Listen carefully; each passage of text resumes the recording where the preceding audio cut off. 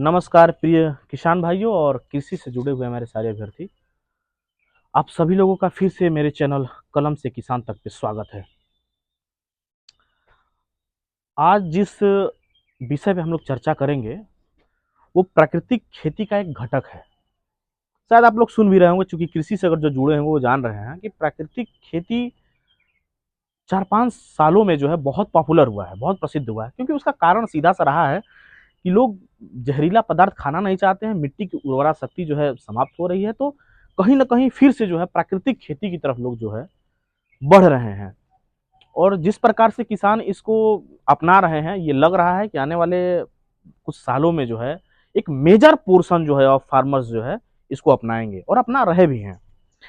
सबसे पहले मैं आपको बताऊं कि ये देखिए, आप एक एरिया है, ये मेरे फार्म का ही एरिया है, क्योंकि ये पीछे एक छोटा सा आवास है, इसी के सामने का ये एरिया है।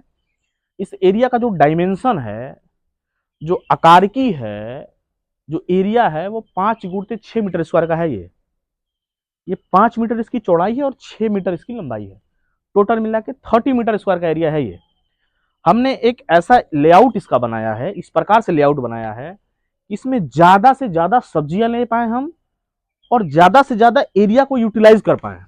अब एरिया को यूटिलाइज कैसे किए हैं, कौन कौन सी सब्जियां लिए हैं, वैरायटी कौन सी, इसके बारे में सब धीरे धीरे बताएंगे। लेकिन आज जिस हम टॉपिक पे बात करेंगे वो प्राकृतिक खेती के एक घटक के बारे में बात करेंगे, जिसका नाम है जीवा अमृत। जीवा अमृत एक जामन है, इसको खाद नहीं कह सकते हैं, एक जामन है जिसको डालने पर मिट्टी में माइक्रोब्स की संख्या बढ़ती है, सूक्ष्म जीवाणुओं की संख्या बढ़ती है। वास्तव में आपको मैं बताऊं कि किसी भी न्यूट्रिएंट्स को, किसी भी पोषक तत्व को उपलब्ध होने के लिए माइक्रोब्स का भूमि में एक्टिव होना बहुत जरूरी है।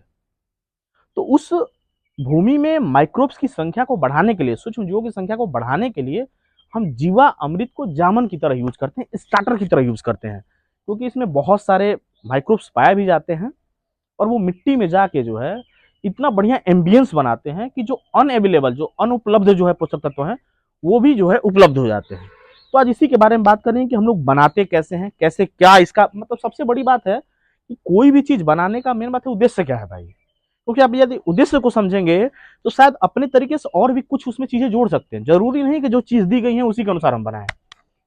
तो दिखाइए इधर, देखिए जीवामृत हमने जो बनाया है, हमने भी नॉर्मल बनाया है जो रिकमेंडेड किए हैं, लेकिन हम अलग अलग तरीके से बनाएंगे आज। मतलब ये जो बना है ये एक सामान्य जो रिकमेंडेशन है, जो अवधारणाएं हैं, जो तरीका बताए उसी के अनुसार बनाया गया है। मैं आपको नॉर्मल बताऊं तो जीवामृत बनाने के लिए सिंपल जो है, आप ये समझिए कि अगर 40 लीटर आप जीवामृत बना रहे हैं तो 1 बीघे के लिए पर्याप्त है वो। मैंने आपको बताया कि जीवामृत यूज क्यों करना है, क्योंकि जीवामृत को डालने से नो डाउट मिट्टी की उर्वरा शक्ति बढ़ती है, क्योंकि माइक्रोब्स एक्टिव होते हैं। जब माइक्रोब्स एक्टिव होते हैं तो न्यूट्रिएंट्स जो है प्लांट्स को बड़े आसानी से मिलते हैं। तो बनाने की विधि की अगर बात करें तो इसमें देखिए 5 चीजें लगेंगी, 5 से 6 चीजें। एक तो पहले आपका सबसे पहले पानी लगेगा।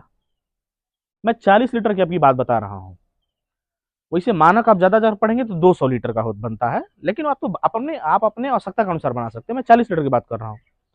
40 लीटर बनाने के लिए आपको लगभग जो है 40 लीटर पानी लेना है। 2 किलो, 2 से 3 किलो जो है वो गोबर लेना है। मतलब गोबर हमेशा कोशिश करना है कि देसी गाय का ही हो, और जितना ताजा हो वो उतना बेहतर होगा जीवामृत बनाने के लिए। 2 चीज हो गए, पानी और देसी गाय का गोबर। उसके बाद 2 लीटर ले लीजिए आप गौमूत्र। गौमूत्र जितना पुराना हो वो उतना बेहतर होगा। आप चीजों को समझिएगा, गोबर जितना ताजा हो उतना बेहतरीन होगा, और गौमूत्र जितना पुराना हो वो उतना ही बेहतरीन होगा। 3 चीजें हो गई। उसके बाद इसमें आपको डालना है गुड़। मैं बताऊंगा ये सब क्यों डाला जा रहा है। गुड़ डालना है। गुड़ भी मान के चलिए, अगर 40 किलो लीटर का बना रहे हैं जीवामृत तो उसमें 200 ग्राम जो है गुड़ डाल दीजिए और 200 ग्राम बेसन डाल दीजिए। ये 5 चीजें हो गई। और अंततः आपको जो डालना है इसमें इसमें 50 ग्राम या चुटकी भर कह लीजिए सर, चुटकी भर किसी पेड़ के नीचे से मिट्टी लाना है, जो पेड़ पूरी तरह से वर्जिन हो, जहां से कोई इंटरकल्चरल ऑपरेशन ना हुआ हो, कोई कहीं खाद यूरिया का कोई कहीं जो जगह ना हो, मतलब वो पूरी तरह से जो है अकेला है कह लीजिए। इसी लोग बरगद उर्गद को ज्यादा प्रीफर करते हैं, क्योंकि वहां खेती होती नहीं है। तो उसको मिट्टी लेना। तो मैंने आपको क्या बताया, 40 लीटर पानी लेना है आपको, उसके बाद 2 किलो गोबर का, सॉरी गोबर लेना है, गाय का गोबर लेना है, 2 लीटर जो है गौमूत्र लेना है, उसके बाद जो है 200 ग्राम गुड़ लेना है, 200 ग्राम बेसन लेना है। बेसन का मतलब किसी भी दाल के आटे को, मूंगफली मूंगफली का नहीं लेना है, उड़द का भी नहीं लेना है, बात को समझिए। अच्छा, इसको मिलाते हैं हम लोग। हमारे समझ से सबसे पहले क्या होता है कि आप पहले गौमूत्र डाल दीजिए, 40 लीटर का अगर आप टैंक रखें, याद रहे कभी भी गौमूत्र को जो है किसी धातु में नहीं रखना है, प्लास्टिक के कंटेनर में रखना है। तो गोबर डाल दिए आप, गौमूत्र डाल दिए, और एक अलग बाल्टी में, प्लास्टिक की बाल्टी में आप जो है गुड़ को अच्छी तरह से उसको घोल लें और बेसन को घोल लें। गुड़ और बेसन को अच्छी तरह से प्लास्टिक में, क्योंकि बेसन को घोलने पर क्या होता है, क्लम्प बनते हैं, तो उसको अच्छी तरह से जो है मिक्सअप कर लें। उसके बाद वो मिट्टी जो लाए हैं आप बरगद के पेड़ या किसी भी पेड़ के जो मानवीय प्रजाति से लगभग दूर रही हो, मानवीय प्रजाति का मतलब वहां कोई खाद और उर्वरक नहीं दिया गया हो, वहां से आप लेके जाए, क्योंकि उसमें असंख्य माइक्रोब्स होते हैं। ये सारी कहानी सूक्ष्म जीवों के बढ़ाने की ही बात हो रही है, समझ रहे हैं? इसका उद्देश्य यही है कि माइक्रोब्स को बढ़ाना है सॉइल में। तो आप इतना बनाएंगे, उसके बाद क्या करेंगे, आप एक साथ जब एक बाल्टी में आप गुड़, बेसन और मिट्टी माल के घुमा लेंगे, और आप जिस 40 लीटर वाले टैंक में जब आप गोबर और गोमूत्र डालेंगे, तो फिर इस बाल्टी को जिसमें आपने बेसन, गुड़ और मिट्टी मिला है, इसको आप टैंक में डालेंगे, प्लास्टिक वाले टैंक में।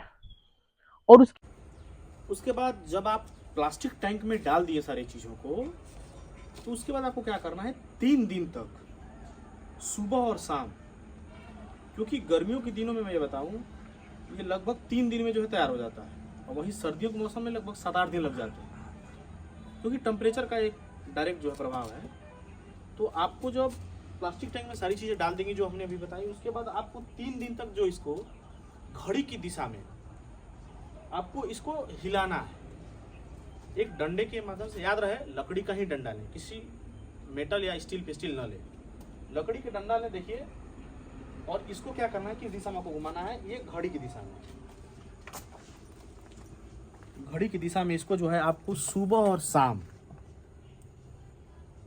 शाम आपको 2 से 3 मिनट 3 दिन तक घुमाना है। अच्छा, अंततः जब आप 3 दिन तक इसको घुमा देंगे सुबह शाम, तो ये तैयार हो जाएगा। अब सबसे बड़ी बात है कि तैयार होने का इंडिकेटर क्या है, संकेत क्या है, कैसे समझेंगे?